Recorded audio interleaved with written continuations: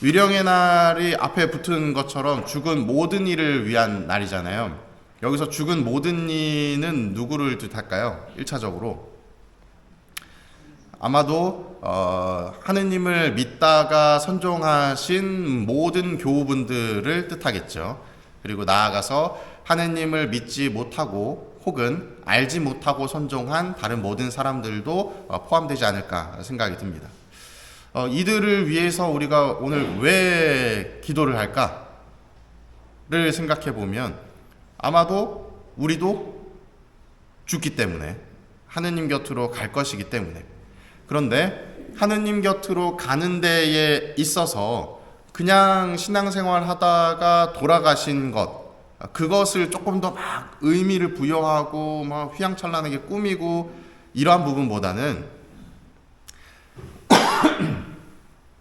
믿음을 가지고 사는데, 믿음을 가지고 살다 보면 자연스럽게 겪게 되는 것들이 있어요. 복음에서는 하느님은, 예수님은 이렇게 하라고 얘기를 했는데 실상 내 삶 안에서는 그것을 적용하기가 어려운 거죠. 그러다 보면 하느님은, 복음은, 예수님은 이렇다고 했는데 내 삶 안에서 이건 너무 어렵고 이게 매치가 안 되는데, 적용이 안 되는데 어떡하지? 하느님은 이렇다고 하지만 지금 당장에 난 이거 이러한 삶을 살아온 우리 교우들, 그 과정 안에서 다른 것들을 선택하는 때도 있겠지만 많은 경우에는 어떻게 하려고 노력하시죠? 하느님을, 복음을, 주님의 말씀을 선택하려고 노력하죠. 그것을 표현한다면 어떤 표현으로 쓸 수 있느냐? 노력한다, 혹은 조금 더 의미 부여를 하는 단어로 표현한다면 단련받고 있다 라고 표현할 수 있을 것 같아요. 오늘 일독서의 내용에 보면 욥기의 말씀이 나오는데, 욥의 내용은 뭐 다 아시죠? 하느님께서 많은 은총을 주었다가 막 하나씩 다 뺏어가잖아요. 있는 거 없는 거 다 뺏어가고 자기 목숨마저 막 뺏어가려고 하고, 그럼에도 불구하고 하느님께 내어 맡기는 그 모든 것들이 나에게 주시는 단련이다, 시련이다, 하지만 그것을 이겨냈을 때 더 커다란 것을 얻게 될 것이다, 그러한 희망을 가지고 살았던 인물. 그래서 오늘 죄송합니다. 첫째 미사의 독서를 읽거든요. 둘째 미사의 오늘 1독서는 지혜서의 말씀인데 오늘 지혜서의 말씀인데, 이 지혜서에서도 보면 제가 방금 전에 말씀드렸던 이 말이 똑같이 나와요. 5절에 보면 그들은 단련을 조금 받은 뒤 은혜를 크게 얻을 것이다 라고 이야기를 합니다. 죽은 모든 이들, 신앙생활을 하면서 죽은 모든 이들이 어떤 삶을 살고 있었는지를 표현해 주는 것이 오늘 1독서의 표현인 것이죠. 용광로 속의 금처럼 그들을 시험하시고 번제물처럼 그들을 받아들이셨다. 용광로 속의 금은 어떻죠? 계속해서 뜨거워지고 두들기고 단련받고 그러면서 그 금으로서의 가치가 점점점 확고해지죠. 우리도 하느님께서 우리의 이 세상 삶 안에서 우리에게 던져주시는 다양한 고민들, 또 어떤 다양한 상처들, 아픔들, 혹은 시련들, 이 모든 것들이 사실은 우리를 조금 더 단련하고, 그리고 그 단련된 모습으로 하느님께 가기 위한 과정이다 라고 표현을 해주는 겁니다. 오늘 복음 내용을 보면 이 지혜롭고 슬기롭다는 자들에게는 감추시고 철부지들에게는 드러내 보이셨다.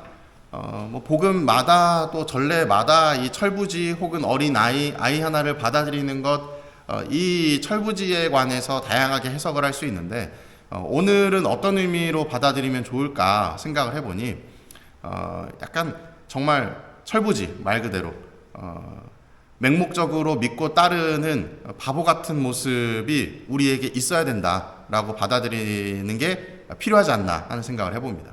왜냐하면 다양한 이제 고통과 어려움들이 왔을 때 그래도 하느님이 나 챙겨주실 거야, 다 어려움들 없애주실 거야, 하느님이 하고자 하시는 대로 내가 그 뜻을 따르면 분명히 다 해결해 주실 거야 라고 하는 그 맹목적인 믿음, 그런 철부지 같은 아무것도 살피지 않는 바보 같은 모습으로 신앙생활을 한다면 결국에는 나는 단단해지고 하느님께 커다란 상을 받게 된다 라는 것으로 이해를 하시면 좋을 것 같습니다. 그래서 뒤에 보면 아버지를 드러내 보여주려는 사람 외에는 아무도 아버지를 알지 못한다. 고생하며 무거운 짐을 진 너희는 모두 나에게 오너라. 결국 하느님 때문에 참고 견디는 사람은 어디에 머물 수밖에 없다. 하느님 곁에 머물 수밖에 없다라는 것을 표현해주고 있죠. 오늘 이 독서의 내용도 보면 이 뭐 한 사람의 범죄로 죄가 모든 사람에게 왔듯이 한 사람의 어떤 구원으로 모든 이들이 구원을 얻게 된다라고 하는 이 뉘앙스가 쭉 깔려 있는 내용입니다. 뭐 그 배경이 되는 내용은 이런 것이죠. 첫 번째 아담이 하느님께 죄를 지었고, 여기서의 아담이라고 하는 것은 사실 이스라엘 민족을 상징을 하지만 첫 번째 아담을 이야기를 하는 것이죠. 인간의 대표. 그는 하느님께 죄를 지었지만 제2의 아담이라고 하는 예수님께서는 하느님의 뜻을 따르는 모습을 보여주죠. 그래서 인간이 죄를 지어서 죄가 생겼지만 예수 그리스도를 통해서 그 죄가 다 사라지게 된다. 결국 그리스도 안에서 우리는 구원받을 수 있다. 그러니 그리스도의 말씀을 잘 따르는 삶을 살 때에 우리는 구원받을 수 있다. 그리스도의 말씀을 따른다는 것은 행복한 일이지만 고통이 수반된다는 거예요. 당연히 시련들이 찾아올 수 있고 당연히 고통스러울 수 있고 그 과정을 견뎌내는 것이 바로 단련이라는 것입니다. 그 단련을 받고 난 이후에는 우리도 받을 것들을 받게 된다. 언제? 하느님 나라에서. 그 이야기를 오늘 둘째 미사의 전례문에서 쭉 이야기를 해주고 있는 거예요. 제가 이 내용과 비슷한 어떤 이야기거리가 뭐가 있을까 계속 찾다가 얼마 전에 봤었던 또 동영상 하나를 또 설명을 좀 드릴까 하는데, 외국이에요. 배경은 외국이고 한적한 시골 마을에 이런 목조 건물들, 단층의 목조 건물들이 있는 조그마한 마을입니다. 한 70 중반, 한 80 가까이 되신 할아버지가 한 분이 딱 등장을 해요. 한 반팔을 입고 딱 등장을 하셔가지고 갑자기 집에 딸린 그 창고로 투벅투벅 걸어가셔요. 그러더니 막 이거 치우고 저거 치우고 하더니 저 구석진대에 놓여져 있는 이 캐틀벨 하나를 발견을 합니다. 캐틀벨이 뭔지 아세요?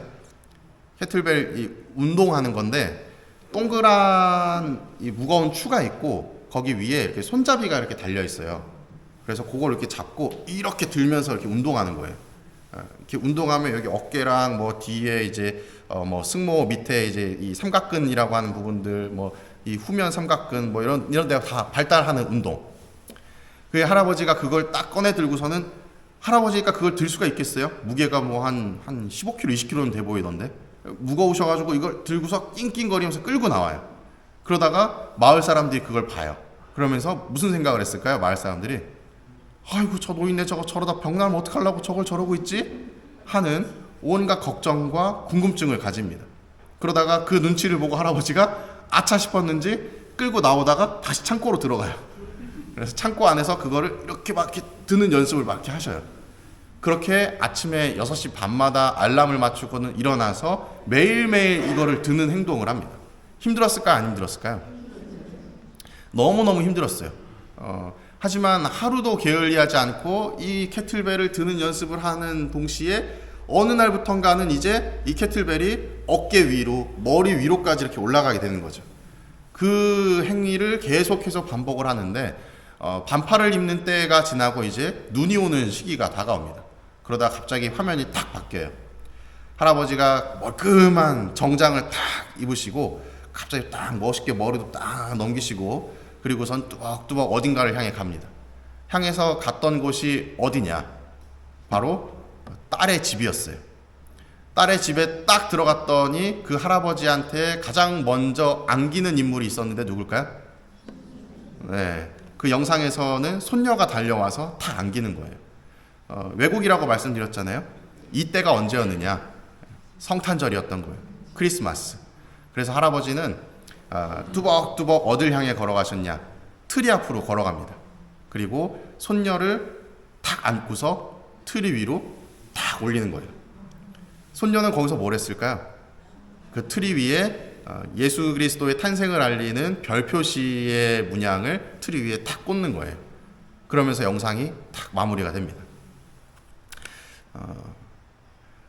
할아버지는 무엇을 위해서 매일매일 반복되는 이 캐틀벨 드는 행위를 했죠?